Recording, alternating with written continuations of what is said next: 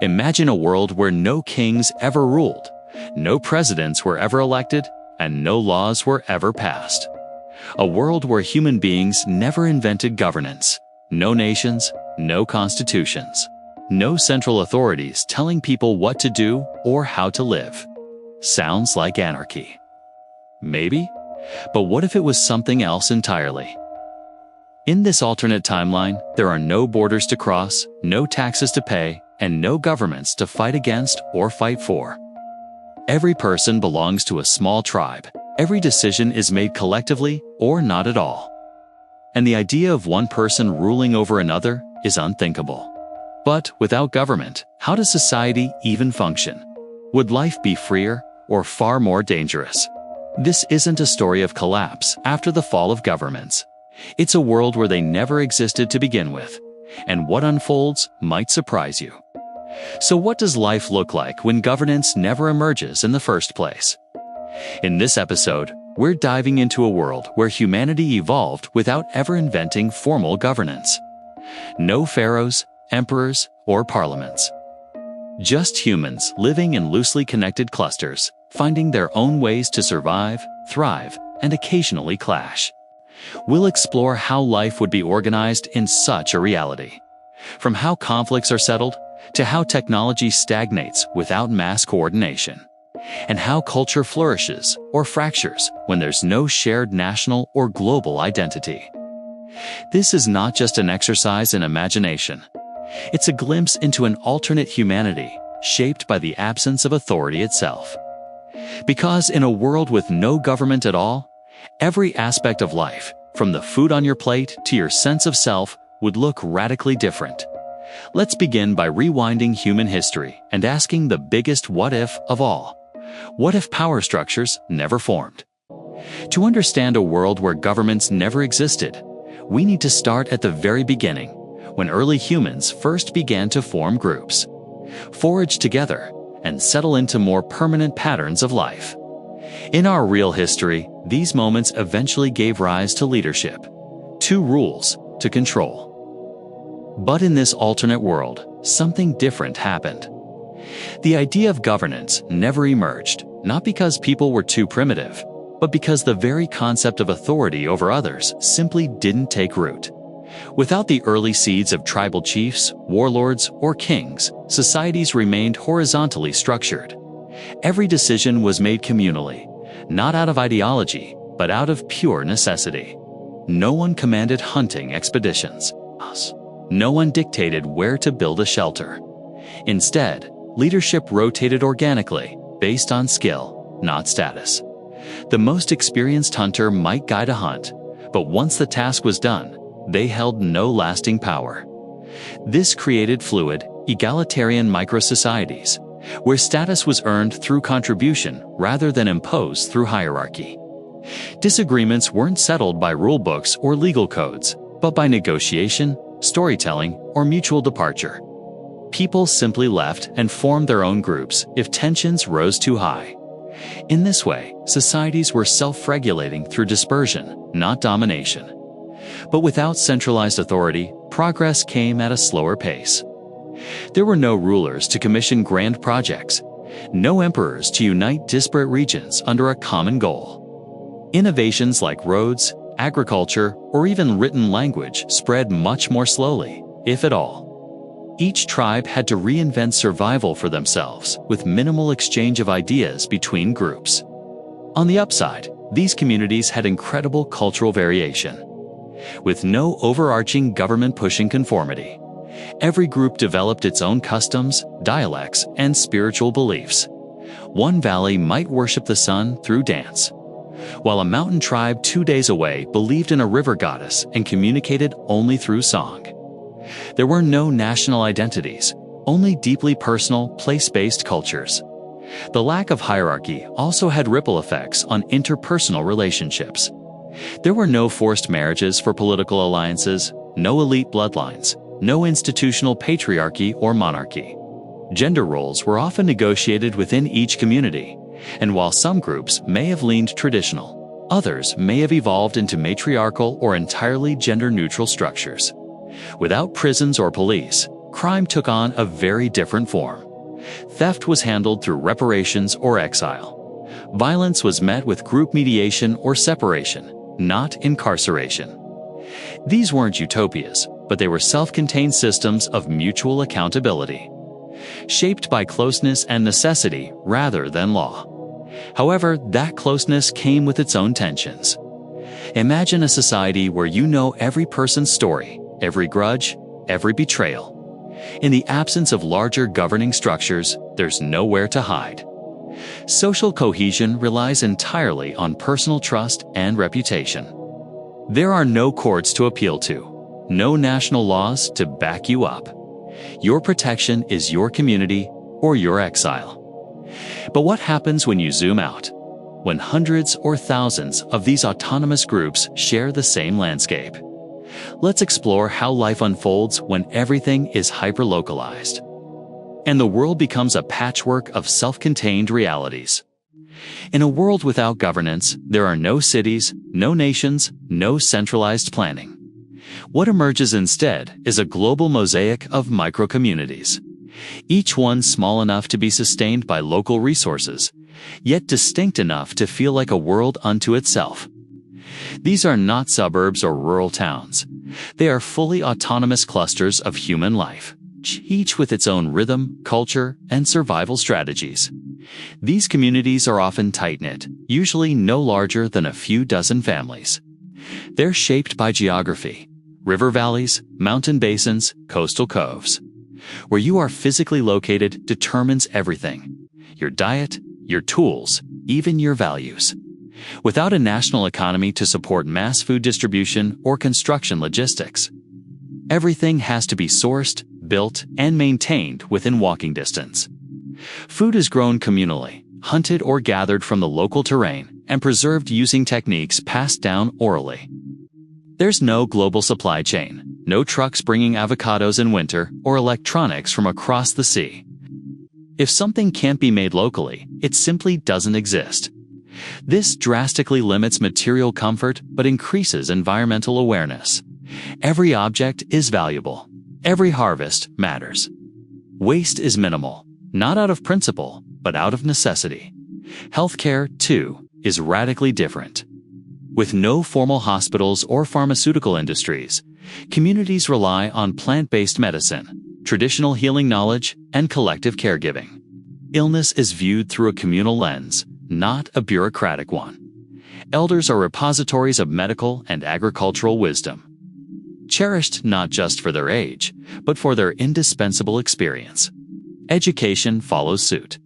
There are no schools, no standardized tests, no degrees. Children learn by doing, by shadowing adults, by participating in daily survival, by listening to oral histories and learning the rhythms of their land. Knowledge isn't compartmentalized into subjects, it's woven into life itself. A child might learn geometry while building a shelter, or biology while helping to gut a fish. It's a deeply contextual and embodied learning system. Conflict resolution is handled in a similarly embedded way. Without police or judges, disagreements are mediated by elders, consensus, or sometimes ritual. Sometimes resolution means apology and repair.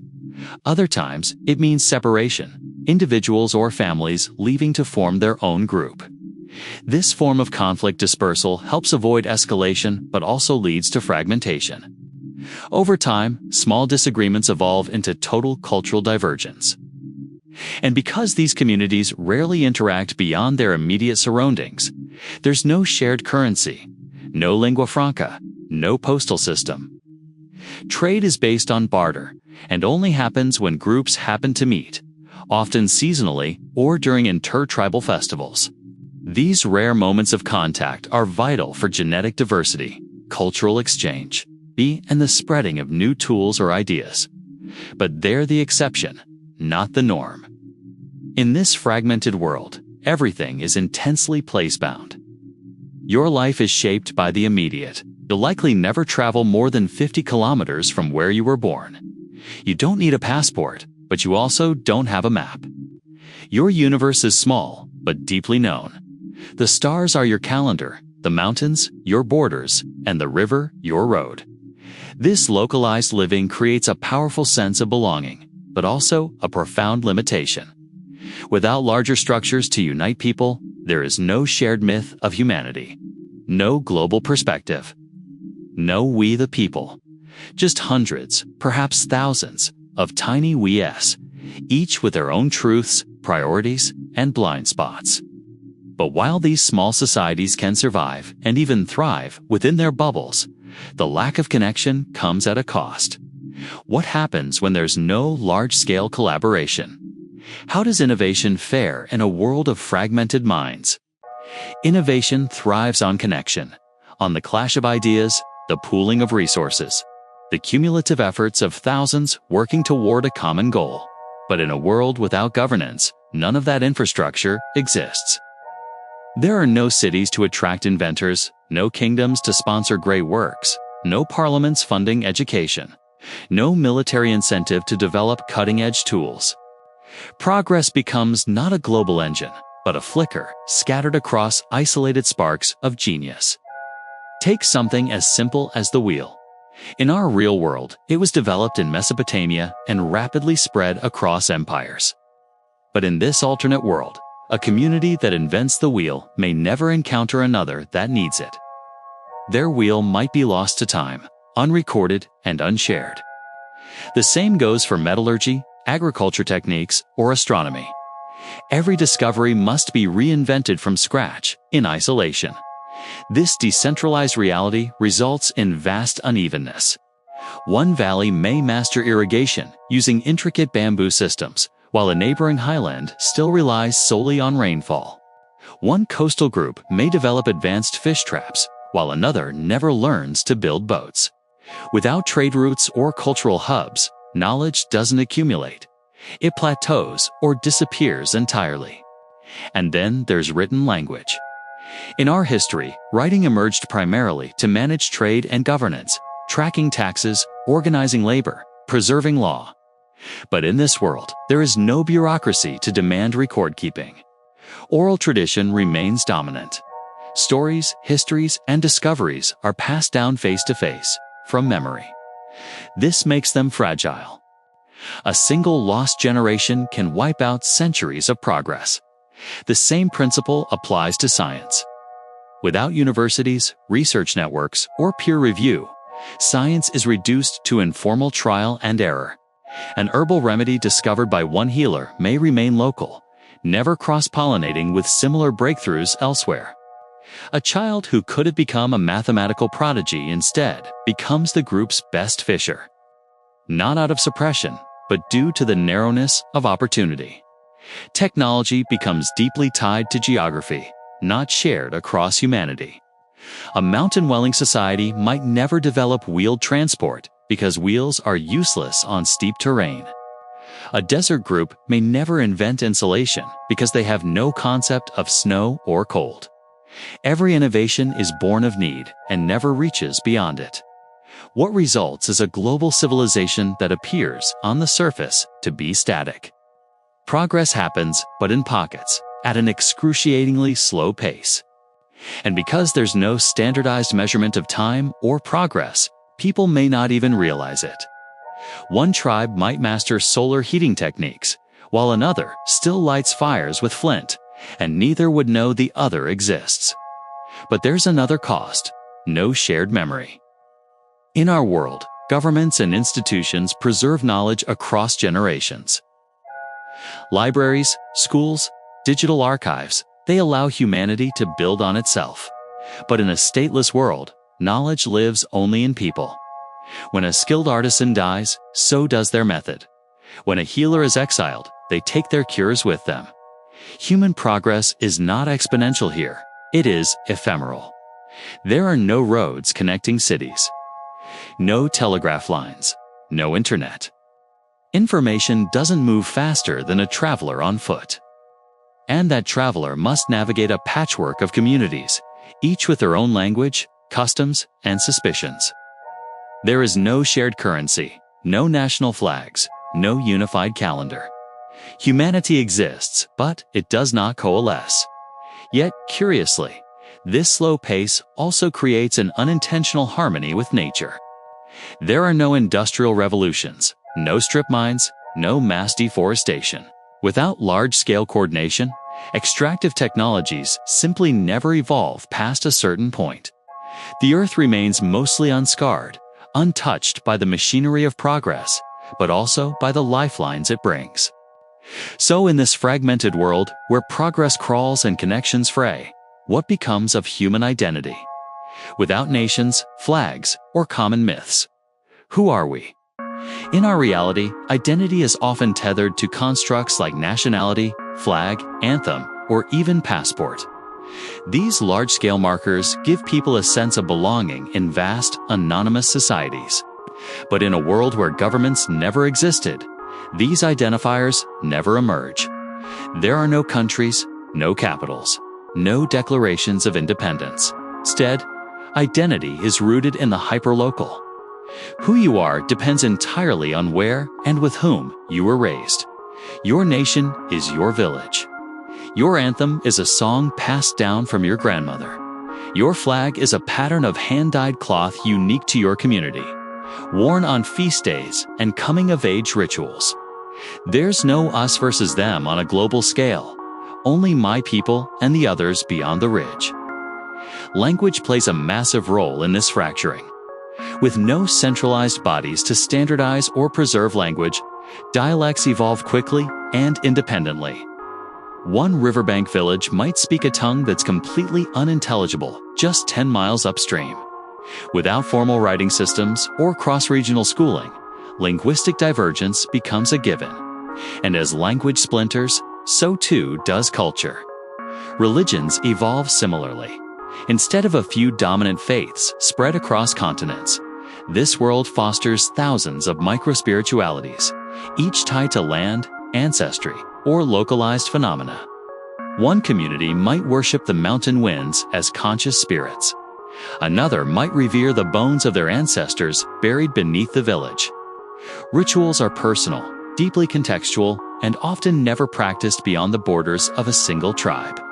Without sacred texts or institutions to codify doctrine, belief remains fluid and deeply experiential. Art flourishes in these bubbles of cultural insulation. With no mass media or globalization to homogenize taste, each community develops its own aesthetic language. One group might value intricate body painting as a daily ritual, while another weaves complex tapestries to tell their histories. Music, dance, storytelling, all evolve organically, reflecting not a market or trend, but a people's soul. There's no mainstream culture. There's only a mosaic of infinite cultures, each unaware that it's unique.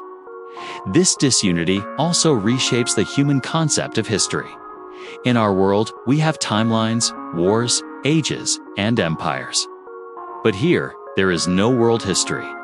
There is only local memory. The tale of the great flood that once hit the valley, or the time the stars danced in the sky. History becomes myth, and myth becomes truth, handed down through generations with no written chronicle to dispute or preserve it.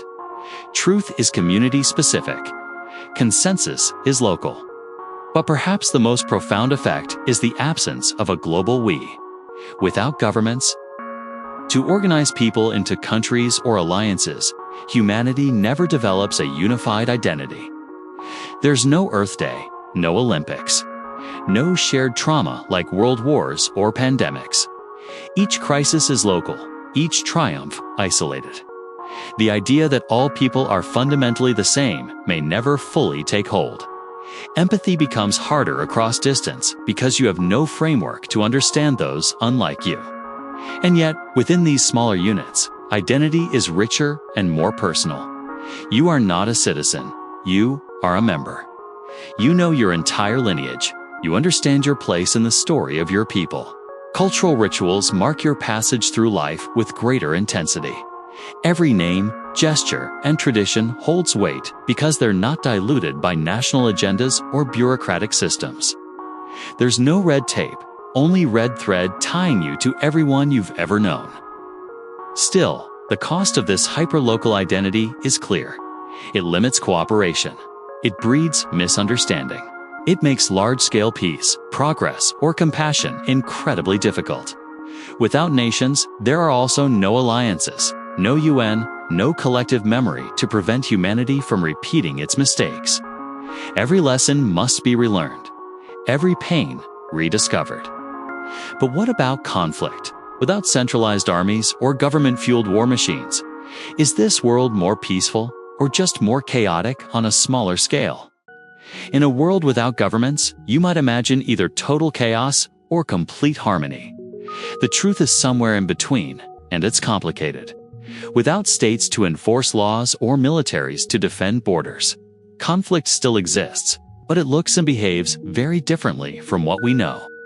There are no world wars, no tanks rolling across continents, no mass-scale invasions or nuclear threats. But there also aren't courts of justice, international treaties, or police forces to intervene when tensions rise. Instead, conflict becomes smaller, more personal, and more frequent, often tied to immediate survival rather than ideology or conquest. Tribes or villages may clash over access to clean water, hunting grounds, or sacred sites. Disputes can escalate into raids, ambushes, or cycles of revenge, especially when no overarching authority exists to mediate. A stolen goat, a misinterpreted signal, or a forbidden relationship could ignite years of hostility. But because communities are small and resources finite, wars don't last long. They're too costly and manpower is limited. Entire villages can vanish from just one skirmish. Yet, ironically, this limitation keeps violence self-regulating. In our world, nations can wage long, drawn-out wars because they have populations in the millions, bureaucracies to sustain logistics, and propaganda to justify prolonged bloodshed. In this alternate world, no such machinery exists. Every person matters. Losing even 5 people in a raid could mean the collapse of your entire community's ability to survive the next winter. That fragility forces people to develop alternative systems of conflict avoidance and peacebuilding. Some communities establish seasonal truces, harvest time ceasefires enforced by shared traditions or spiritual taboos. Others send respected elders to negotiate reparation rituals or intermarry with rival groups to build lasting bonds. When there's no army to rely on, diplomacy becomes not just a preference, but a survival strategy. Justice is decentralized. There are no prisons, no jails, no legal codes. If a crime is committed, the group must decide together how to respond, sometimes with forgiveness, sometimes with exile, sometimes with symbolic rituals meant to restore balance. In some communities, storytelling and public confession serve as the primary form of punishment and healing. The goal is not punishment for its own sake, but restoration of social harmony. Of course, not all communities are peaceful. Some grow to become nomadic raiders, surviving by taking from others. But even they are bound by natural checks. With no governments to protect infrastructure or fuel expansion, these groups remain small. Their damage is localized. Fear of them spreads by word of mouth, not by breaking news alerts or foreign policy briefings. If a group becomes too aggressive, others may form loose coalitions to repel or avoid them. Not through treaties, but out of mutual interest. Importantly, the lack of systemic oppression means no one is arrested for protesting, for voting against a regime, or for being born into the wrong class or caste. Tyranny doesn't scale well without a state, but neither does protection. Vulnerable individuals, orphans, the disabled, the elderly, are only as safe as their immediate community allows. If that circle fails them, there is no national safety net to fall back on. One surprising effect of this conflict model is how quickly reputations spread. In small networks, your group's actions travel fast through oral gossip and intertribal storytelling. Reputation becomes a currency. Communities known for peace, fairness, or generosity may attract allies, trade, or seasonal guests. Those known for treachery may find themselves isolated and unwelcome, cut off from the only network that ensures long-term survival. So, is this world more peaceful? Not exactly. but it is less systematically violent. There are no genocides waged by state powers, no colonization funded by imperial governments, no mass surveillance or police brutality. But there are still human tempers, rivalries, and acts of cruelty, just scaled to the size of the village rather than the nation. But in reflecting on this world of micro-societies and stateless living, we begin to ask, could parts of it work today? What can modern civilization learn from a world that never built a government in the first place? Looking at this stateless world through the lens of modern society reveals a surprising insight. While we often associate the lack of government with chaos, many real-world movements today are actually striving to decentralize aspects of life, mirroring parts of this hypothetical world in subtle but deliberate ways. Take decentralized governance models, such as cooperatives, communes, and blockchain-based systems. These are real-life attempts to move away from traditional hierarchies and give individuals or small groups collective control over decision-making.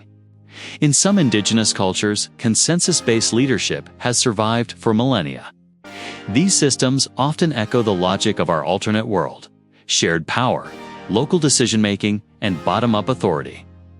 In tech and finance, the rise of cryptocurrencies and decentralized networks like Web3 embody this same ethos. No central bank, no governing body. It's just a protocol everyone agrees to. It's a modern echo of the idea that systems can function without top-down control, as long as mutual trust or mutual interest holds them together.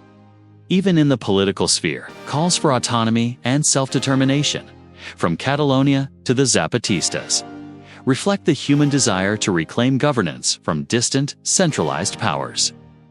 There's growing appeal in the idea of building life at the local scale, where people have real relationships with those making decisions on their behalf.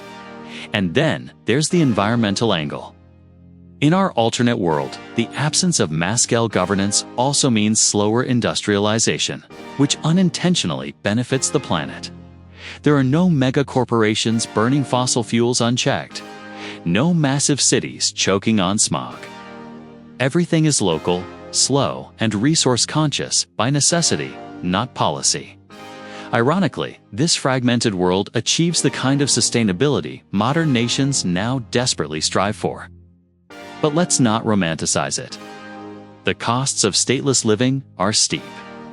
There's no infrastructure to prevent disease outbreaks, no centralized systems to respond to natural disasters, no global coordination to tackle shared existential threats like climate change or asteroid impacts. In a fragmented world, a virus can wipe out an entire population, and no one beyond the mountain range would even know. And critically, without unifying myths or large-scale cooperation, human potential remains capped. Think of the moon landing, the Human Genome Project, the creation of the Internet. These were all massive, coordinated efforts that required vast amounts of labor, funding, and shared belief. In a world without nations, such achievements would be unimaginable. Yet the modern world often feels like it's gravitating back toward fragments. Trust in governments is declining. People turn to online communities, local economies, and peer-to-peer solutions. The tools of global governance are still intact, but the spirit is fracturing. So what do we learn? This alternate world is not a blueprint, but a mirror. It forces us to ask what governance is really for. Is it meant to control or to coordinate, to protect or to dominate? Could we build systems that combine the intimacy of small-scale life with the reach of large-scale cooperation? Maybe governance doesn't need to disappear entirely, but maybe it needs to be reimagined. Less like a throne and more like a circle. Less like a pyramid and more like a network. So in the end, what does this stateless world tell us about ourselves? And where do we go from here? A world without governance is not simply a world without presidents or parliaments. It's a fundamentally different version of humanity. One where progress is slower, culture is richer, conflict is personal, and the idea of we never grows beyond a valley or forest edge. It's a world where survival depends not on laws, but on relationships. where justice is face to face, where identity is deeply rooted in land, language, and lore, but never standardized. It's beautiful, it's brutal, and it's fragile. We gain intimacy, but lose coordination. We gain autonomy, but lose unity. We preserve the earth, but we also forfeit the stars. It's not a utopia. It's not a dystopia. It's just different. And maybe that's the point. Governance, for all its flaws, gave us the tools to organize at scale. To connect, build, and protect beyond the boundaries of kin and clan. But what this alternate world reminds us is that governance isn't inevitable. It was a choice, one we made and one we continue to shape today. So, what do you think? Could you imagine living in a world with no governments, just your people, your land, and the day-to-day struggle to survive? Would it feel freer or lonelier? Let us know in the comments what parts of this stateless world feel inspiring, and which parts terrify you. Would you trade global connection for local harmony? Or is the dream of balance something we've yet to invent? If you enjoyed this deep dive into alternate reality, don't forget to like, subscribe, and hit the bell so you don't miss the next mind-bending scenario. Until next time, stay curious and keep imagining.